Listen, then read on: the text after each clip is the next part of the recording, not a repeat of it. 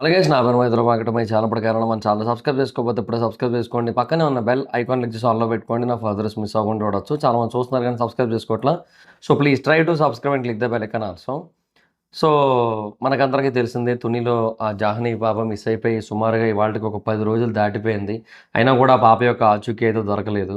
So వెతుకుతున్నారు పోలీసులు కానీ మిగతా బృందాలు కానీ అందరూ కూడా వెతుకుతున్నారు ఆ పాప గురించి. కానీ ఆ పాప అయితే దొరకలేదు. అసలు ఏం జరిగింది ఏంటనేది ఎవరికీ కూడా అర్థం కావట్లా. మనం అందరం కూడా కోరుకుంటున్నాం ఆ పాప క్షేమంగా తిరిగి రావాలని. బట్ అలా జరగట్లేదు. సో ఇప్పుడు అనుకోని ట్విస్ట్ ఒకటి జరిగింది. అదేంటంటే ఆ పెంపుడు కుక్క ఏదైతే ఉందో పెట్ డాగ్ అంటే బేసిక్‌గా అదే కదా! ఆ పాప వెనకాతల వెళ్ళింది. సో దాని ఆధారంగానే ఆ పిల్లని పట్టుకోవచ్చు అనుకోని చెప్పి దాని మెడకి ఈవెన్ జీపీఎస్ ట్రాకర్ కూడా బిగించారు కదా! సో ఇప్పుడు ఆ కుక్క చనిపోయింది సడెన్‌గా. అన్‌ఎక్స్‌పెక్టెడ్‌గా జరిగిందది. చాలా పెద్ద ట్విస్ట్ అసలు ఈ కేస్‌లో. ఎందుకంటే ఉన్న ఒకే ఒక్క కనెక్షన్ పాయింట్ ఆ కుక్కే. ఇంకేం లేదు. సో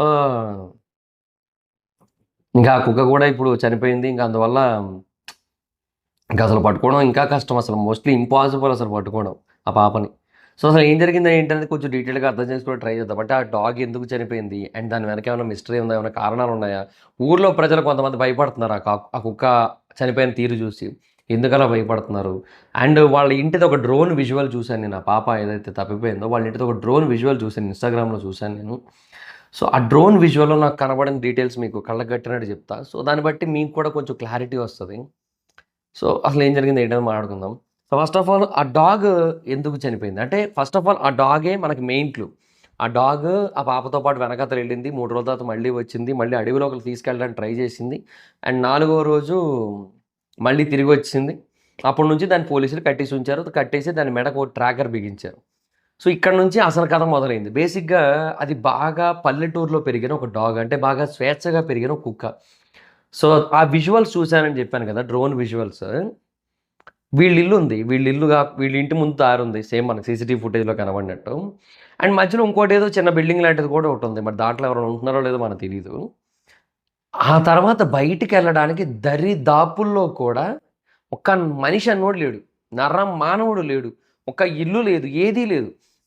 వీళ్ళ తోట ఏదైతే ఉందంటే దేనికైతే వీళ్ళు కాపలా కాస్తున్నారో తోటకి, ఆ తోట వెనకాతల ఏదైతే అడవి ఉందో చాలా దట్టంగా ఉంది. పెద్ద కొండుంది వెనకాతల. చాలా దట్టమైన అడవి ఉంది. ఆ తర్వాత కూడా వెనకంతా కూడా అటవీ ప్రాంతమే మొత్తం. సో, అసలు పోలీసులు వెతకడానికి కూడా ఆల్మోస్ట్ ఇంపాసిబుల్ అసలు ఆ ప్లేస్‌లో సెర్చింగ్ అనేది చేయాలన్నా కూడా ఆల్మోస్ట్ అవ్వని పని. సో, అందుకే పోలీసులు కూడా ఏమి చేయలేకపోతున్నారు బేసిక్‌గా. వాళ్ళు కొంచెం అడవిలోకెళ్ళి లోపలికెళ్ళి ఎతుకుదామన్నా కూడా అవ్వట్లేదు వాళ్ళకి. అండ్ ఆ తోట కూడా చాలా పెద్దది. తోట ఏమి చిన్నదేం కాదు. అది కూడా చాలా పెద్దది. నేను చూసా విజువల్స్‌లో. కానీ అన్‌ఫార్చునేట్‌గా ఇంకా ఆ పాప అయితే ప్రస్తుతానికైతే దొరకలేదు. అయితే బేసిక్‌గా ఆ అడవిలోకి తీసుకెళ్ళడానికి ట్రై చేసింది. అండ్ దాన్ని బంధించారు. తర్వాత 4 రోజులు వచ్చిన తర్వాత కుక్కని. సో, ఆ ప్రాంతం అంతా కూడా చాలా స్వేచ్ఛగా తిరిగిన కుక్కది.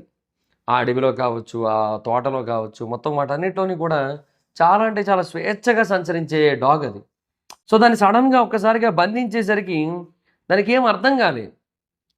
దానికేం అర్థం కాలే నాకు తెలిసి. ఎందుకంటే చాలా డాగ్స్ ఇలాగే బిహేవ్ చేస్తాయి.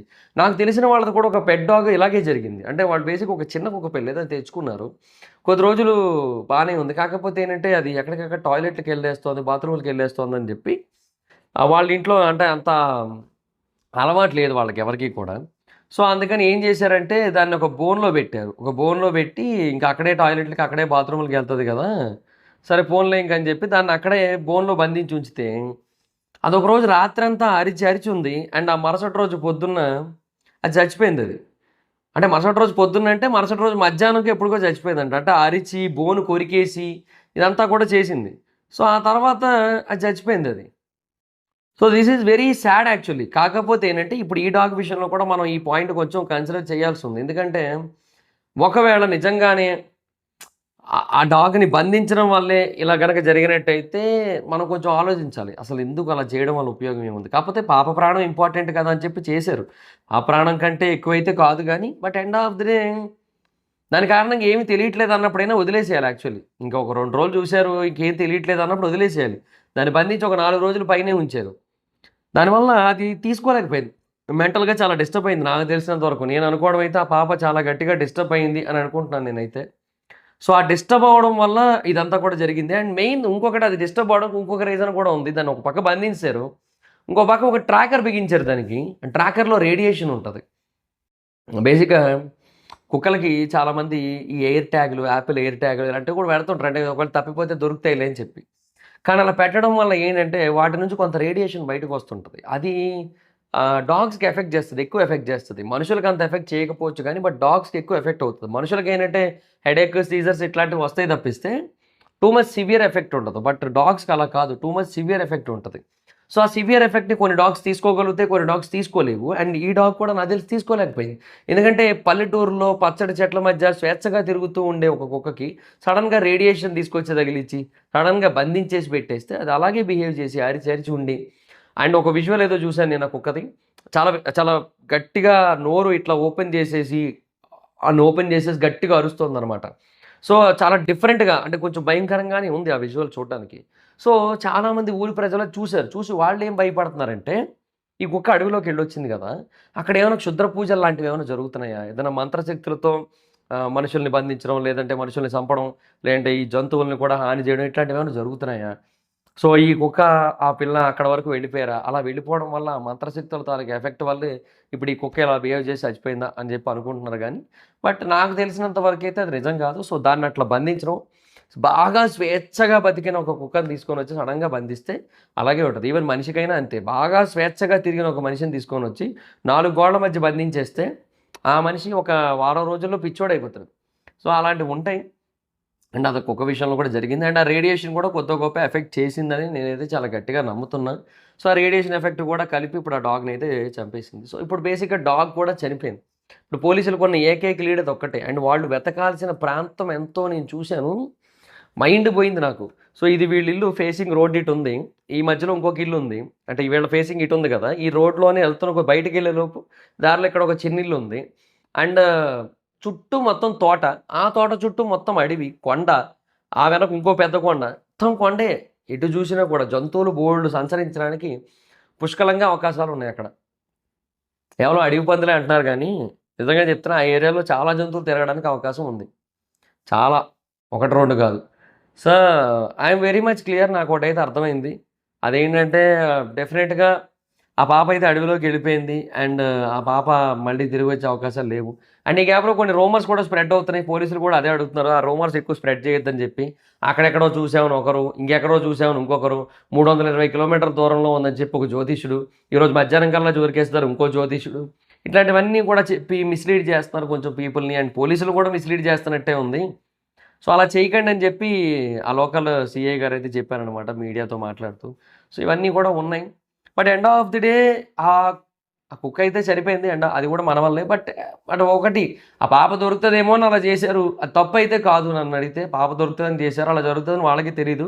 కాకపోతే డాగ్స్ ఆర్ వెరీ ఏమంటారు ఎఫెక్ట్ అవుతాయి. చాలా ఎక్కువ ఎఫెక్ట్ అవుతాయి. ఇలాంటి వాటికనమాట. సో, ఇట్లా బంధించేసిన వాటికి, తర్వాత రేడియేషన్‌కి వీటన్నిటికి కూడా బాగా ఎఫెక్ట్ అవుతాయి. And compares to humans. So, అందుకని నెక్స్ట్ టైమ్ కొంచెం జాగ్రత్తగుంటే సరిపోద్ది. వేరే వేరే కేసుల్లో ఎప్పుడైనా ఇట్లాంటివి ఏమైనా జరిగేటట్టయితే. మళ్ళీ ట్రైన్డ్ డాగ్స్ ఉంటాయి. లైక్ డాగ్ స్క్వాడ్‌లో ఉండే డాగ్స్ ఉంటాయి. జర్మన్ షెపర్డ్‌లే ఉంటాయి మోస్ట్‌లీ. అయి వేరు మళ్ళీ. అయి పర్లా అయి కొంచెం డిఫరెంట్ డాగ్స్. అయి కొంచెం డిఫరెంట్ బ్రీడ్స్. ఇది బేసిక్‌గా స్ట్రీట్ డాగ్. అండ్ గట్టిగా చెప్పాలంటే ఒక రకమైన వైల్డ్ డాగే. వైల్డ్ ఫారెస్ట్ డాగే. అడవి కుక్కే ఇది. ఇది ఊర కుక్క కాదు. అడవి కుక్క. సో, అడవి కుక్కని తీసుకొనొచ్చి మీరు బంధిస్తే ఎట్లా? ఊర కుక్కలైనా ఇంకా కొద్దో గొప్పో ఉండగలుగుతాయి గానీ, అడవి కుక్కలు ఇంకా అస్సలు ఉండలేవు. సో, అందువల్లే దానికలా అయింది. సో, ఇప్పుడు ఆ పాప పరంగా ఉన్న ఏకైక క్లూ కూడా పోయినట్టే అయిపోయింది మనకి. మరింకా ఇప్పుడు ఆ పాపది ఆచూకీ దొరుకుతదో లేదో ఏమీ తెలియట్లేదు. అది మరి పరిస్థితి. లెట్స్ సీ మరి చూద్దాం ఏంటనేది పరిస్థితి.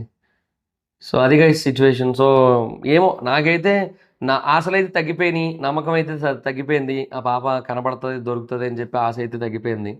ఎందుకంటే డే బై డే సిట్యుయేషన్ కొంచెం వరస్ట్‌గా అవుతోంది గదా! సో, అందుకనమాట.